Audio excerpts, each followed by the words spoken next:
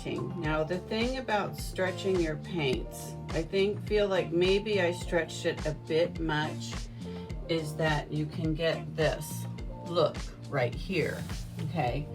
Now this is smooth, okay? But sometimes if your paint's really thick, it can get crack lines in it. This is not cracked though, okay? It's like a little heart right there, that's so cute.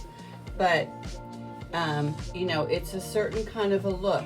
So you have to, you know, ask yourself if you like that when you're stretching your paint, okay? I do like it in some instances.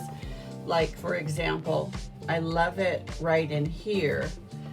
In here, maybe not as much. I mean, I still really like this painting. I love the colors in it.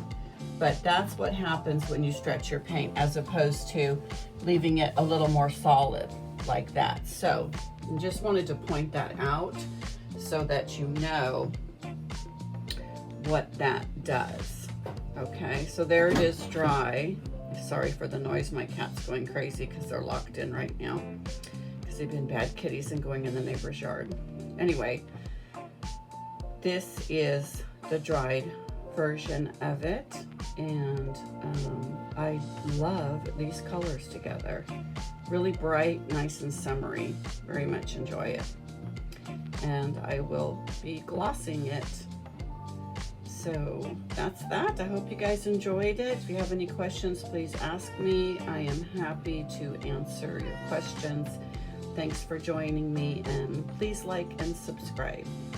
And I'll see you on the next one. Peace.